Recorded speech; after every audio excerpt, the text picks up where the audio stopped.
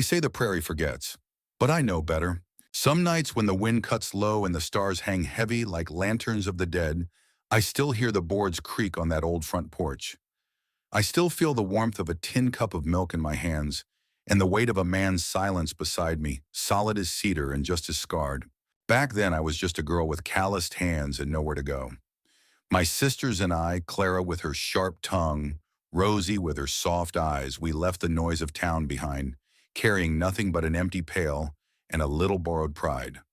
Folks said we didn't belong anywhere, but we found a place the maps forgot, a ranch that didn't sing anymore, a man who hadn't been touched by grace or by a woman's voice in 18 long years.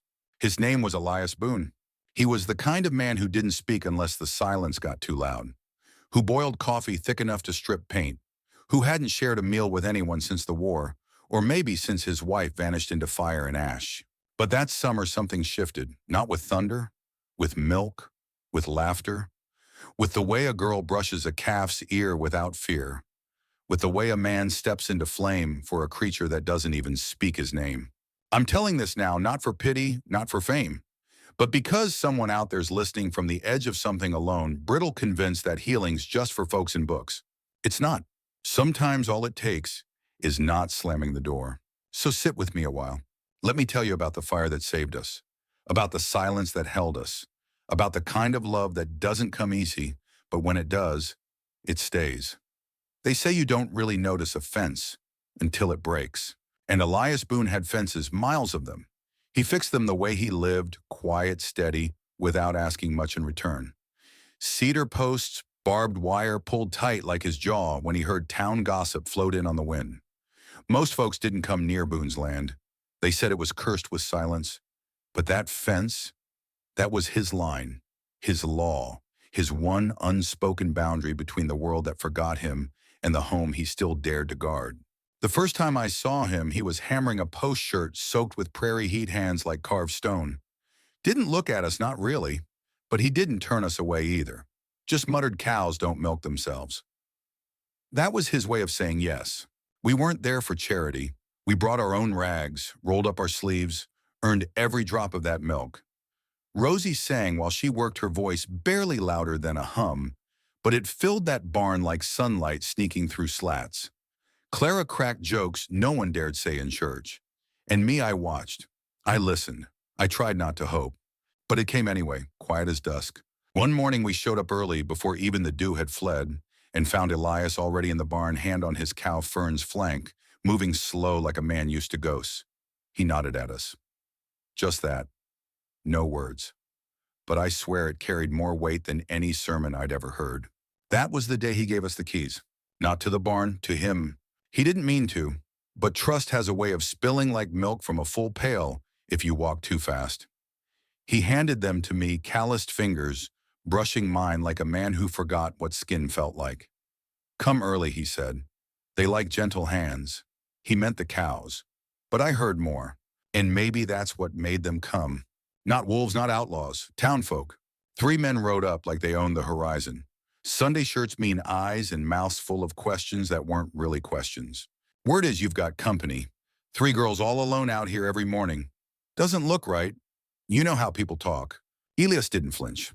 Didn't lie. He stood there like a man with no need to explain his choices to anyone. They come to milk, he said. They laughed. Of course they did. So Clara walked out of the barn with a pail in each hand, braids swinging like a challenge, and said, "Then I suggest you get out of our way. The milk won't carry itself." Rachel and Rosie followed heads high, and for a moment, even those men paused, because it's hard to argue with women who aren't ashamed of doing what's right. But they weren't done, not by a long shot. 3 nights later, someone cut the fence. Not torn, cut. Axe marks clean through the posts, wire sagging like a wound. The cattle scattered in panic. Elias saw it first, didn't even curse, just grabbed his rifle and lantern and started rounding them up like it was instinct, like protecting what's his had always been part of his blood, even if he'd forgotten it. We ran too, Clara with a pitchfork, Rosie still in her nightgown. I remember the air, it smelled like iron and betrayal, like someone had spit on everything we'd built with our bare hands. We fixed that fence before sunrise. Together. Elias brought out nails as thick as sorrow, his father's hammer, and we worked wordless, shoulder to shoulder. Dust on our cheeks, blood on our knuckles. By the time the sun rose over the cottonwoods, the fence stood again. Not perfect, but proud. When I handed him a cup of water, our hands touched again. This time, neither of us pulled away. He said they're scared of something they can't name. And I nodded, because I knew what it was. They weren't afraid of sin or scandal. They were afraid of a man remembering he could love again. They were afraid of healing. That fence wasn't just wood and wire anymore. It was a line we'd drawn with sweat and stubbornness. A promise carved into the soil we won't be chased off. Not this time. And that night, for the first time, we didn't go back to our shack at the edge of town. Too many shadows. Too much silence. Ilias opened the bunkhouse for us, said nothing, just left the lantern burning and wool blankets folded neat. That was all the welcome we needed. Clara smirked. If they're going to talk, let them talk louder. And I stayed by the door a little longer, watched the wind shift through the wheat, felt something in my chest I hadn't known how to name yet. Safety. And the kind of belonging that don't ask questions, just makes room. You never forget the sound of something breaking that was once your shelter. It was just past midnight when the fire came. Thick smoke curled through the cracks of my dreams, and before I even opened my eyes, I knew the barn was burning. I bolted upright, bare feet hitting the floorboards. Outside, the sky was painted in orange rage.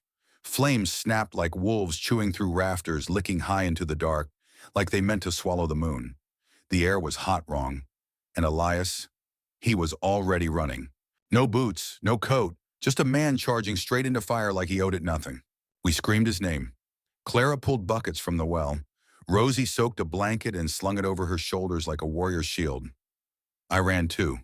God knows I ran. But by the time I reached the barn, the south wall was already collapsing. That's when I saw him inside, dragging Fern by the halter. Hands blistered, red shirt burned through. Eyes wide but steady. He didn't shout, didn't cry. Just kept whispering to her like the fire was a memory he'd already made peace with. They made it out, just barely. And as he dropped to his knees in the dirt, steam rising from his skin, I knelt beside him, cloth in hand, and we watched it burn. All of it. The barn, the hay, the beams his father raised, the stall where Fern was born. Gone in one long scream of smoke. We knew who did it. Didn't need proof. Didn't need to ask. Because only fear sets fire to what it can't control. By morning, word had spread. Ephraim Knox didn't even bother denying it. Spat in the dust and said, trouble don't belong out there anyway. But something shifted that day. Not in the men, in the women. They came one by one. Mothers, widows, old ranch wives who hadn't stepped foot on Boonland in years.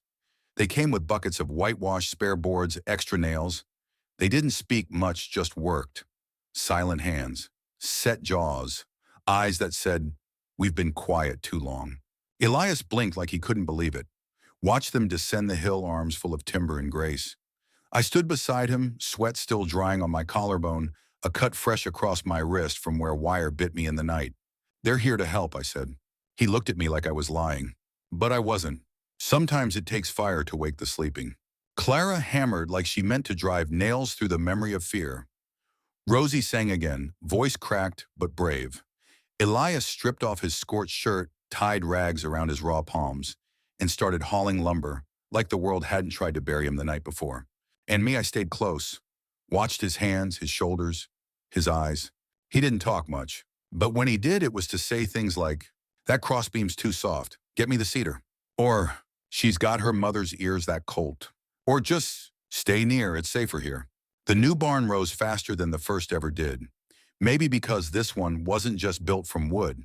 It was built from defiance, from every name they'd whispered behind our backs, from every sideways glance, every sermon that tried to shame our silence. We poured all of it into that frame. By evening, the skeleton stood raw, proud and perfect. And that's when Elias stepped forward. Not up to the porch, out into the yard. He raised a hand, just one, and spoke. Not loud, not angry, just real. I never asked anyone to tie their name to mine. But these women, they stood beside me when no one else did. I didn't save them. They saved me. The crowd didn't cheer. This wasn't that kind of moment. They just didn't leave. That was louder than applause. I stepped forward too. Dust on my cheeks, a nail still tucked behind one ear. My heart was thudding like a drum caught in a storm. "Do you want us gone?" I asked. He stared at me, eyes soft but clear, then shook his head. I stepped closer, close enough that our breath touched in the dusk. "Then let us stay." His hand found mine, not rushed, not afraid, not claiming. Promising. Behind us the barn watched, unfinished, but alive. That night we didn't sleep in the bunkhouse. We slept in the house. No one said it aloud. It just happened. The walls felt warmer. The silence no longer heavy. The wind outside brushed against the windows like a lullaby, not a warning. Elias sat on the porch, a mug of milk in his hands, watching the sky. And I think though he didn't say a word, he finally believed what I'd known for a while. You can rebuild what's lost. You just have to stop waiting for permission. The wind had just begun to quiet when I saw him. A figure still dark standing at the edge of Boone's fence line. Not moving, not waving, just watching. Elias didn't see him at first. He was carving a fresh gate rail hand steady despite the bandages. His breath fogged in the night air, though the fire's heat still clung to his shirt. I stepped outside, slow shawl drawn close. My boots crunched soft in the dirt. "Elias," I whispered. He looked up, followed my gaze. And just like that, he froze. A man at the edge of your land doesn't mean trouble. But a silent man, that's warning wrapped in bone. He stood beside a Palomino stallion, reins loose in hand. His coat was long, hat low. But even in the darkness, I caught the glint of something hard in his eyes. Not anger, not curiosity. Judgment. "Friend of yours?" I asked. Ellis didn't answer, just rose slow and deliberate. "I'll speak to him," he said. "No," I said, firmer than I meant. "Not alone." But he was already walking, boots heavy against the earth. The man didn't move, didn't flinch, just waited like he'd been waiting a long time. I stayed close behind, just far enough to give him room, just close enough to count his breaths. They met at the gate. Not a word exchanged for what felt like a year. Then the stranger said it. "You let them live here now." His voice was thick like tobacco smoke and guilt. Elias's jaw tightened. "They've earned it. Town says different." Elias didn't blink. "Town's wrong." The man's mouth curled, not quite a smile. "You always were soft under all that grit. That's why she left you." My breath caught. Elias didn't move, just said quiet, "You don't say her name." The man tilted his head. "Thought you'd want to know. She's dead now." The night held its breath. "She died asking about you," the man continued. "Said she regretted running. Said maybe she judged you too fast." Elias closed his eyes. For a second the wind came back. Cold, sharp, like memory. "She never met them," the man added, nodding toward the barn. "If she had, maybe she'd understand why the town's talking. 3 women, no husbands, 1 house. You." I stepped forward, then couldn't help it. "We're not his burden," I said. "We're his choice." The man looked at me, really looked. "You the loud one, the soft one, or the one that don't blink?" "I'm the one who fixes what men break." He laughed once, dry and mean. "You best be careful, ma'am. Not every man's as patient as this one." Then without another word he turned, swung into his saddle, and disappeared into the dark like a threat unfinished. Elias watched him go, didn't speak for a long time. Finally he said, "That was my brother." The silence that followed was colder than any flame. We walked back in silence. The house lights spilled golden across the grass. Rosie had set the table. Clara was steeping mint. None of them asked what was said, but they knew. Women always know. Later that night, Elias stood by the window unmoving. I sat nearby, stitching the same tear in my shawl I'd sewn twice already. "You okay?" I asked. He nodded once. "He brought her up." I waited. "I used to think silence kept me safe," he said. "But maybe it just kept me lonely." I crossed the room, took his hand. "We're not here to fill your silence," I said. "We're here because we found something worth building again." He looked at me. "You still believe that after fire, after knives in the dark, especially after," and in the quiet that followed something changed. Not just between us. In the house. It didn't creak like it used to. It breathed. We slept easy that night, first time in weeks. No nightmares, no hooves pounding in the dark. Just warmth. Just the steady beat of a man learning to stay. But morning came fast. And so did the sound of footsteps. Not one set. Many. The first thing I noticed was the smell, sharp, bitter, unnatural. Then came the light. Not the soft, golden kind that slipped through the cottonwoods at dawn, but a hellish, red, wild, and wrong. I ran barefoot into the yard, nightdress soaked at the hem with dew. Behind me, Clara screamed. Rosie had already grabbed the buckets. But Elias, Elias was already gone. He'd bolted from the porch like something primal had torn through him. The barn was ablaze, flames licking at the rafters, like they'd come with a vengeance. The air shimmered thick with smoke. I saw Fern thrashing in her stall, saw Elias run straight into that inferno like a man who didn't fear death anymore. And maybe he didn't. Maybe some part of him had already burned long ago. I reached the well fingers, shaking rope, tangled. Rosie and Clara flanked me, no words, no hesitation, just water buckets, a rhythm born of desperation. By the time Elias came stumbling out with Fern at his side, hands blistered and shirt scorched, the east wall collapsed behind him. Sparks shot skyward like shattered stars. Rosie ran to cover the horse's eyes. Clara threw her soaked shawl across Elias's shoulders. I held his face in my hands. His skin was fire hot. But his eyes, God, his eyes were clear. No panic, no confusion, just heartbreak. We stood there and watched it burn. The barn, the tools, the hay, the cradle of everything he'd built with his father, reduced to ash. And none of us spoke. Not even the wind dared. Until I did. They did this, I said, voice low but steady. He didn't nod. He didn't need to. We all knew. The fire wasn't an accident. It was a warning. A message carved in flame. You don't belong. You don't deserve to heal. By noon, the smoke had thinned, but word had traveled faster than it. In town, Ephraim Knox grunted something about trouble burning itself out.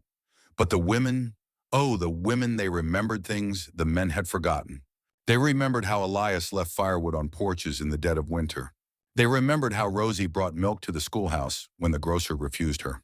They remembered Clara praying outside the church every Sunday, even after the pastor stopped letting her in. And maybe they remembered the smell of smoke from nights they'd buried deep. That afternoon, we heard footsteps on the hill. 1, then 5, then a dozen. Not men, women. Dust-covered, sun-creased arms full of timber hammers, cloth nails. They came with silence, not the kind that condemns, but the kind that builds. Elias saw them first, thought maybe he was dreaming. Why are they here, he whispered. I touched his shoulder. Because fire wakes people, even the quiet ones. No one asked questions. No one gave orders. We just worked. The old post sores still smoldered, but we dug beside them, laid fresh beams hammered deep. Rosie climbed the ladder without fear, barefoot and grinning. Clara kept pace, jaw set, eyes soft. The women brought food, water, bandages. One sang softly an old lullaby. Another read aloud from a worn Bible while stitching a torn tarp. By sunset, the frame stood. Not finished, not perfect, but proud. And that night, as the sky deepened to indigo and the stars blinked wide and soft, Elias stepped forward into the open yard. He looked at all of us women he'd never asked for, never expected. His voice was low, like the earth speaking. I didn't save them, he said. They saved me. No one clapped. But no one looked away. I stepped closer then, hands raw, dress smeared with ash. Do you want us gone? I asked. He stared at me a long time, then shook his head. Then let us stay, I whispered.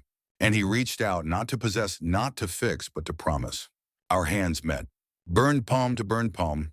Behind us, the new barn rose against the dusk, unfinished, scarred, but unshaken. Like us. That night, we didn't return to the shack by the edge of town. We slept in the house, not as guests, as people who stayed. And just before I blew out the lantern, I glanced out the window. Down in the valley where the fence had burned, someone was watching. Not riding, just watching. But this time I wasn't afraid, because now we weren't alone anymore. Some nights the wind carries things it shouldn't. Not leaves, not dust, but dread. That night I couldn't sleep. None of us could. The barn, though half raised, still smelled faintly of ash. The air felt too still, the kind of still that comes before something breaks. I found Elias on the porch again, shirt half-buttoned, hands working a length of cedar into a new fence rail. His palms were raw, but he carved anyway, like if he just kept going, nothing could fall apart again. You should rest, I whispered.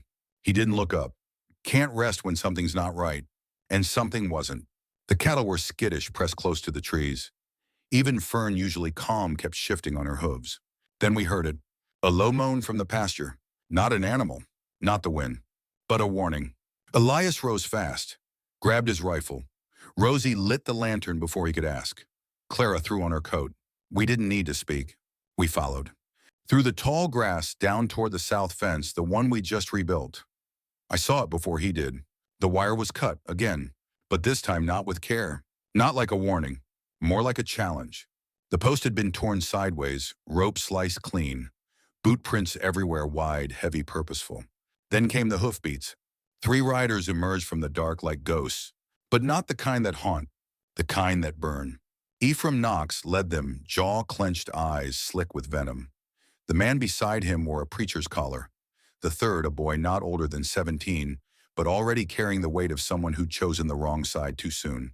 Elias stood firm, rifle low but steady. "What do you want?" he asked. Ephraim chuckled. "Just checking on our neighbor. Heard you've been rebuilding what ain't yours to keep."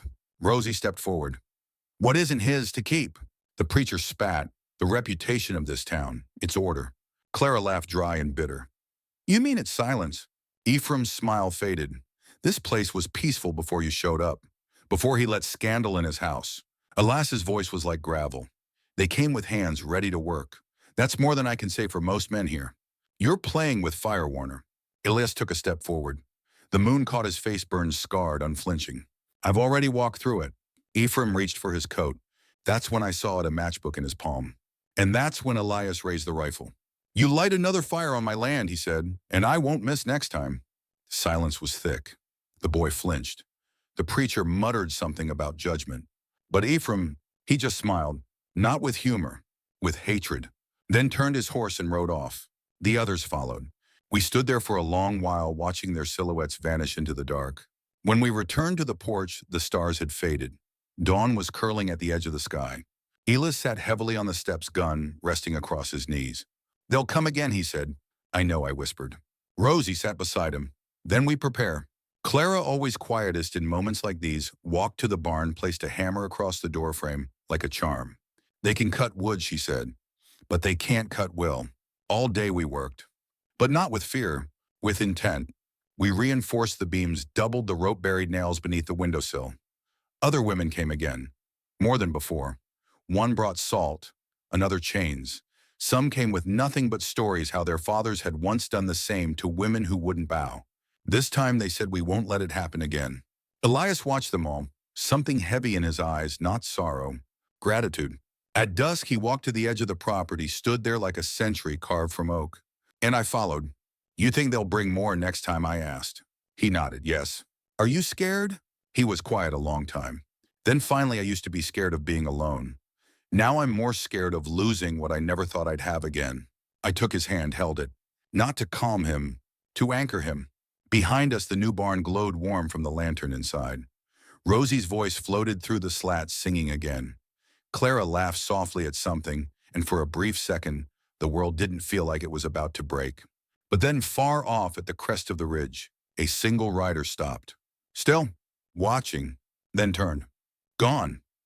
That final morning the land was drenched in silence, but not the heavy kind we'd once known.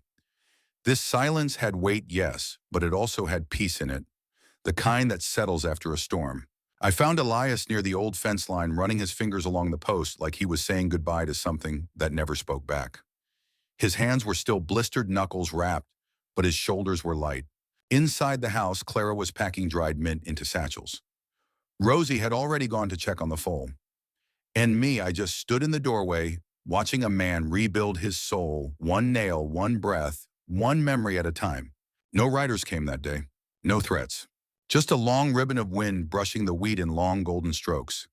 For the first time in weeks, I let myself believe we might be safe. That healing wasn't a myth told by lonely people. It was a choice made in silence, day after day. As the sun dipped, Elias joined me by the porch. In his hand was a photograph, creased at the edges, soft with time. It was his mother young, holding a newborn calf and smiling like the world hadn't broken yet. She used to say, "Fences don't just keep danger out." He murmured, "They keep love from leaving too." I nodded, "We're not going anywhere." He looked at me then, not with longing, not even with love, but with trust. And somehow that was deeper. There's a kind of strength that isn't loud. It doesn't carry a badge or shout from the pulpit or ride with fists full of matches. It shows up quietly, when a man rebuilds a barn not for himself but so others can be safe. When women refuse to be erased and choose to stay, even when it's easier to run. When a place once broken holds together not because it's perfect, but because someone dared to believe it was worth mending. And maybe that's the lesson we're all circling around. Sometimes healing doesn't look like moving on. Sometimes it looks like staying, rooting, reclaiming a space others tried to burn, and saying softly but firmly, "This is mine, still, again, always." If this story stirred something in you, a memory, a question, a quiet truth you've been carrying too long, tell me in the comments. What are you holding on to? Who helped you heal? And if you believe more stories like this should be told, subscribe to Still Winds of the West, because some winds carry pain, but others, they carry hope.